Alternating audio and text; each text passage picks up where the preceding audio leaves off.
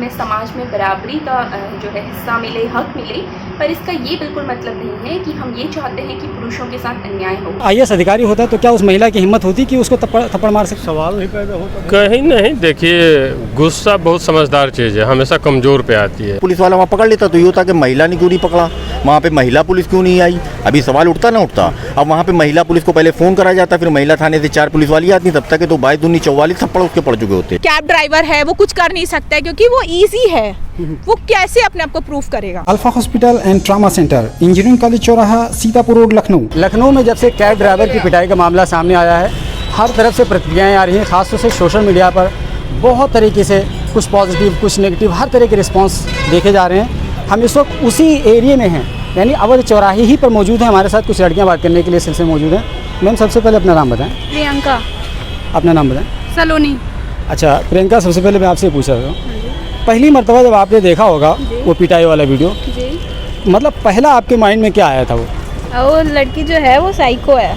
अच्छा। हाँ जी, mentally disturb है क्योंकि उसके जो भी साइड इफ़ेक्ट हैं, जो डिटेल उसने दी है कि मुझे 100 लोगों ने मारा, अगर 100 लोगों ने एक थप्पड़ भी मारा होता तो वो डेथ उसकी हो जाती। तो पहला पॉइंट तो यही है।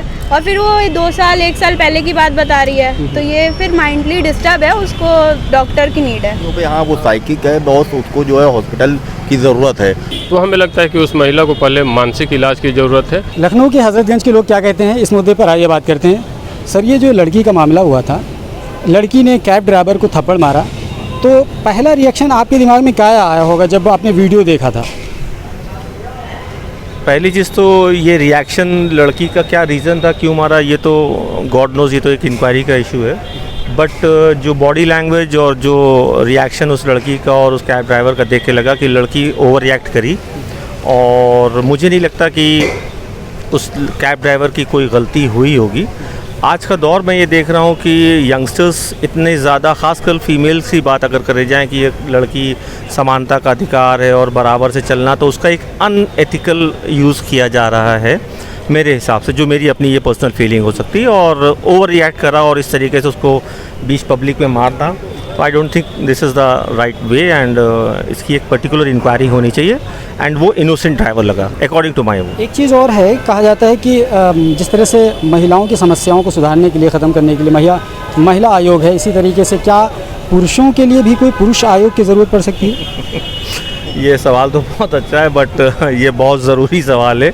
इनफैक्ट अगर सर्वे कराया जाए, पूरी इनफैक्ट एंटायर वर्ल्ड का सर्वे कराया जाए, तो जितना पुरुष प्रताड़ित है, तो ये तो, और शादीशुदा लोगों से अगर आप पूछ लीजिएगा तो ज़्यादा ही प्रताड़ित है, लेकिन माइलेज हमेशा ज़्यादातर औरतों को और फीमेल्स को मिलता है। तो एक ये विडंबना है। कहना चाहते हैं कि औरतें विक्टिम कार्ड खेलती हैं। 100% है। अब उसमें कुछ 10% होंगी ज़रूर जो ऑलरेडी सताई हुई होंगी, ऐसा नहीं है, बट उसका एक पर्टिकुलर एक कमीशन बनना चाहिए। लड़का कहाँ रोएगा, कहाँ बात करेगा। आपको क्या लगता है कोई पुरुष आयोग भी होना चाहिए जिस तरह से महिला आयोग है? बिल्कुल होना चाहिए। बिल्कुल। कहते हैं कि मुस्कुराइए आप लखनऊ में हैं, लेकिन अब तो ये हो गया थप्पड़ खाइए आप लखनऊ में हैं, है ना? ये सोचने की बात है। आपको क्या लगता है कि क्या जिस तरीके से महिलाओं की हिफाजत के लिए महिला आयोग बना हुआ है, क्या पुरुषों के लिए पुरुष आयोग का गठन होना चाहिए?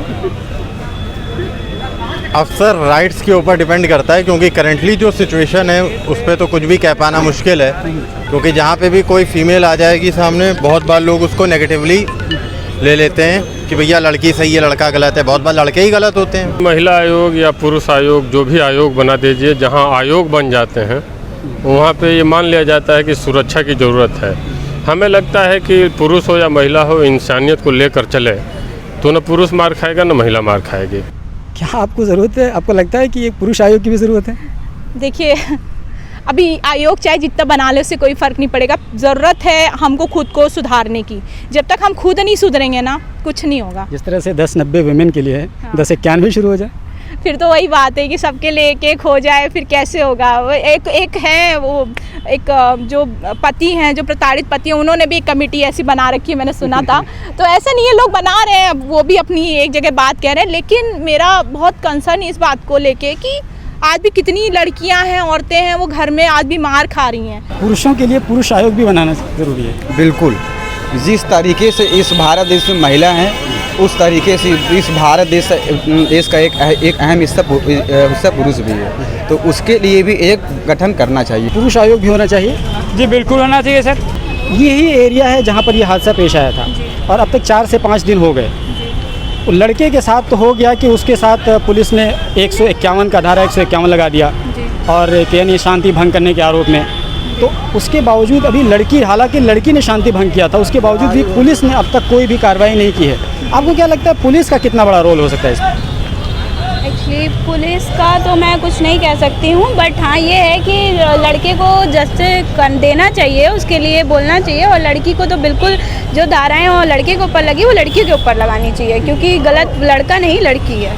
जो पुलिस के सामने ये पूरा घटना हो रहा था, लेकिन उसके बावजूद पुलिस खामोश तमाशाई खड़ी देख रही थी। भैया पुलिस कोई आसमान से नहीं उतरी, पुलिस भी इंसान है। पुलिस क्या करे, पुलिस खुद डरी हुई है।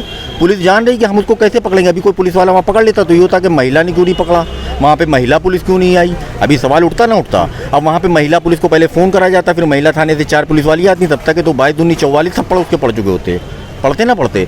तो यहाँ पे फ़ौरन अगर वो पुलिस वाले पकड़ भी लेते उसको, तो ये पुलिस वालों पर केस हो जाता कि अरे आपने कैसे पकड़ लिया, आप तो पुरुष थे, आपने महिला पुलिस क्यों नहीं बुलाई।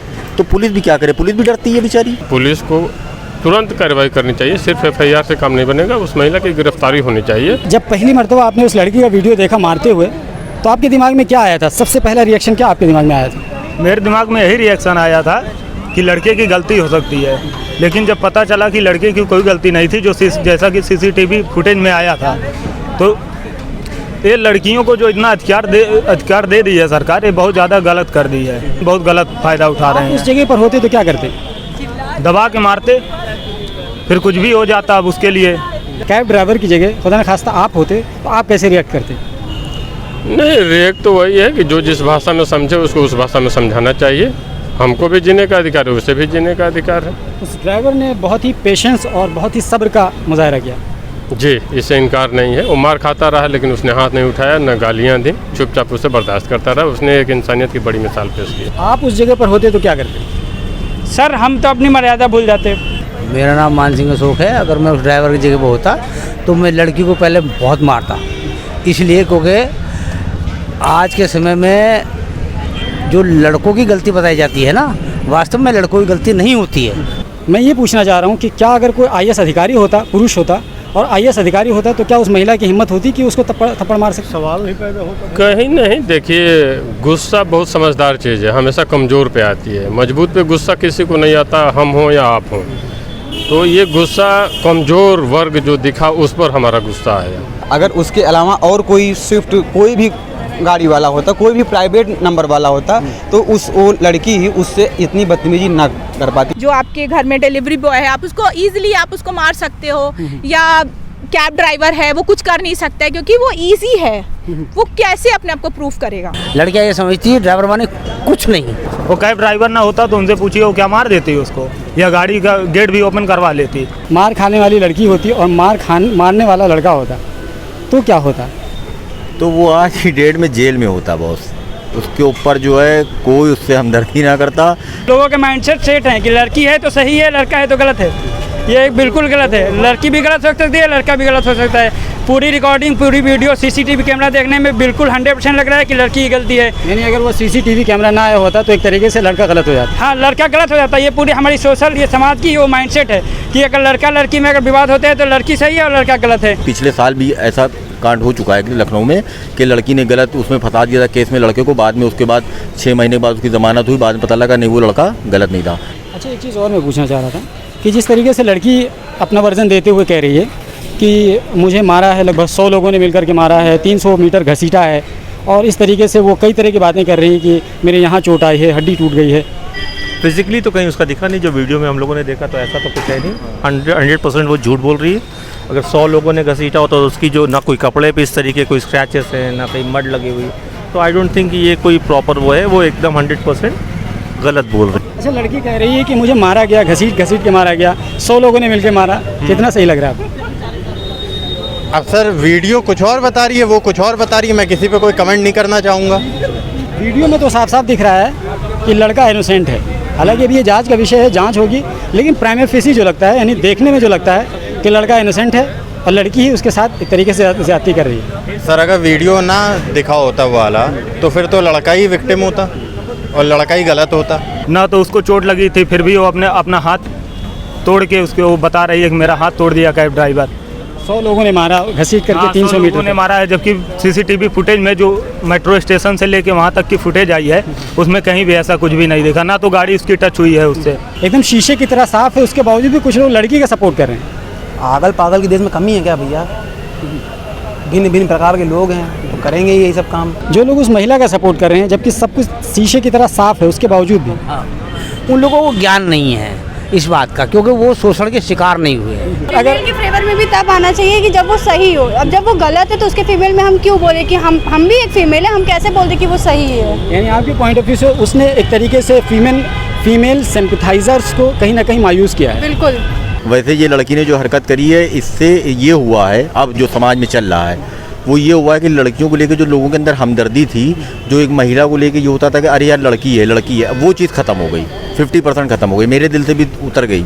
क्योंकि लड़कियों को देखते हैं हम कि भाई कहीं पे अगर कोई बात हो रही है तो खड़ा हो जाता है आदमी, कहीं एक्सीडेंट होता है पहले जाके उठाता है, तो ये क्यों करता है? क्योंकि हमदर्दी हर इंसान के अंदर होती है लड़की को लेके, महिलाओं को लेके, माँ है, बहन है, हमारी वाइफ। लेकिन इसने जो हरकत करी है इससे ये महसूस हो रहा है कि अब ये गलत फ़ायदा उठाया जा रहा है फेमिनिज्म के नाम पे। इस मामले की जांच होनी चाहिए और कैब ड्राइवर के साथ न्याय होना चाहिए। हम महिलाएं ये ज़रूर मांग करते हैं कि हमें समाज में बराबरी का जो है हिस्सा मिले, हक मिले, पर इसका ये बिल्कुल मतलब नहीं है कि हम ये चाहते हैं कि पुरुषों के साथ अन्याय हो। दोनों को बराबरी का हक मिले। और जो दूसरी बात मुझे लगता है कि ऐसे मामलों से क्या होता है कि जो महिलाओं के साथ, जिन महिलाओं के साथ सच में इस तरीके की अन्याय होता है या ऐसी कोई घटना होती है, उनकी भी आवाज़ दब जाती है जब इस तरीके के एक आध मामले सामने आते हैं।